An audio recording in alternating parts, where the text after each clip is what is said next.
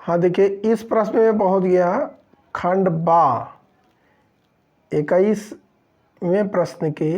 मैं का बता चुका हूँ, खा बता चुका हूँ, गा घा अंगा बता चुका हूँ। और इसका चा प्रश्न देखिए, यदि बिंदु यक्स वाई बिंदुओं 3, 6, 3,6 और 3, 4 से समदूरस्थ हो तो यक्स और वाई में संबंध ज्ञात कीजिए।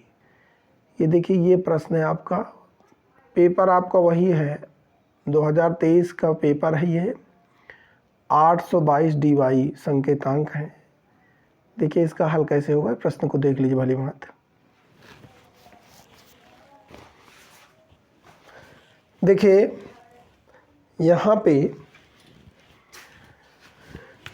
जैसे आपको प्रश्न में दिया गया है कि आपको दो बिंदु हैं, एक का निर्देशांक 3, 6 है और दूसरे का -3, 4 है।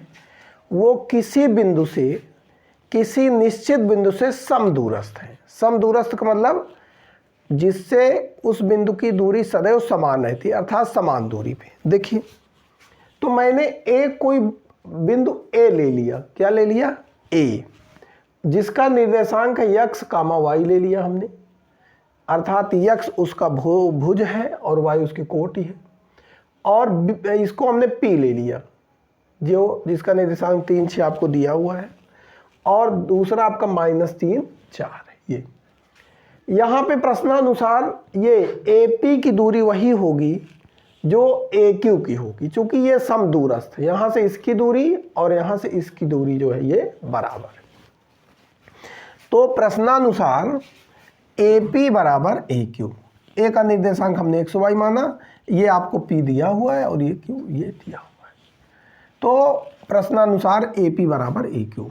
अब हमारे पास ये चूंकि निर्देशांक ज्यामिति का प्रश्न है, निर्देशांक ज्यामिति या कोऑर्डिनेट ज्योमेट्री का, तो आपको वहाँ पे दूरी का फार्मूला बताया गया है कि यदि एक बिंदु का निर्देशांक x1, y1 है, दूसरे का निर्देशांक x2, y2 है, तो अगर इनके बीच की दूरी d है तो ये फार्मूला लगा करके मैं निकाल सकता हूँ d बराबर √x2 - x1 का वर्ग प्लस y2 - y1 का वर्ग, या d बराबर x1 - x2 का वर्ग प्लस y1 - y2। ये आपका फार्मूला है, सूत्र है।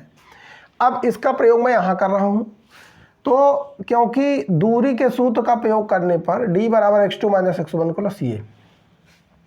अब यहाँ पे सबसे पहले मैं ये दूरी निकालूंगा, A और P। AP के लिए वही लगाया आपने, यहाँ पे x1 की जगह रखा x और जो है x2 की जगह रखा ये 3, ये लगाया, प्लस y1 की जगह y और इसके y2 की जगह 6 ये लगाया। इसको समीकरण 1 का नाम दे दिए। उसी प्रकार AQ के लिए ये x1 y1 हुआ, ये x2 y2, तो यहाँ हुआ x, अब माइनस माइनस का जो है गुणा हो गया प्लस, तो x + 3 का स्क्वायर प्लस y - 4 का वर्ग, ये समीकरण 2 हो गया। लेकिन आपको प्रश्न में दिया हुआ AP बराबर AQ, अर्थात जो AP की दूरी है वही AQ की है, तो मैंने यहाँ लिखा AP बराबर AQ। अब समीकरण 1 तथा 2 से, समीकरण 1 ये है और 2 ये, इसको हमने रखा। अब चूंकि दोनों तरफ वर्गमूल लगा हुआ है, तो इससे हमें बाहर निकलने के लिए मैं जो है दोनों पक्षों का वर्ग करने पर, स्क्वायरिंग ऑन बोथ साइड्स, दोनों पक्षों को वर्ग कर दिया। अब आपको पता होना चाहिए कि यदि आप इधर √x है और इधर √y है और दोनों तरफ आपको वर्ग कहा जाए, तो ये आपका वर्गमूल हट जाता है। ये चीज़ आपको जानना चाहिए।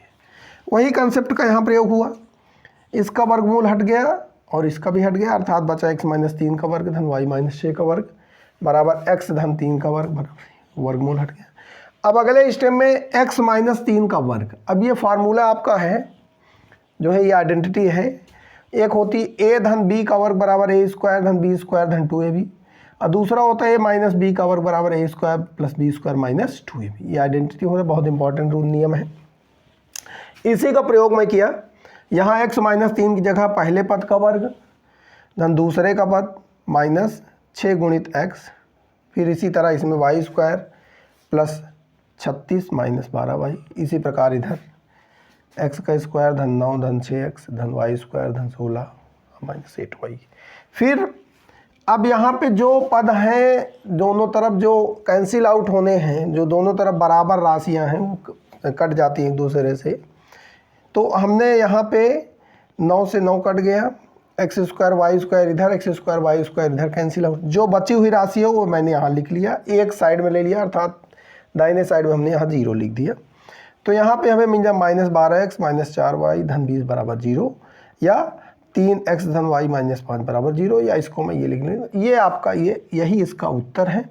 अर्थात ये वो संबंध है जो x y में संबंध है, यही आपसे पूछा जा रहा था। तो इसको आप देख लीजिएगा, बहुत ही इम्पोर्टेंट है, कई बार ये क्वेश्चन पूछा जा चुका है, तो इसको आप गौर से देख लीजिएगा। धन्यवाद।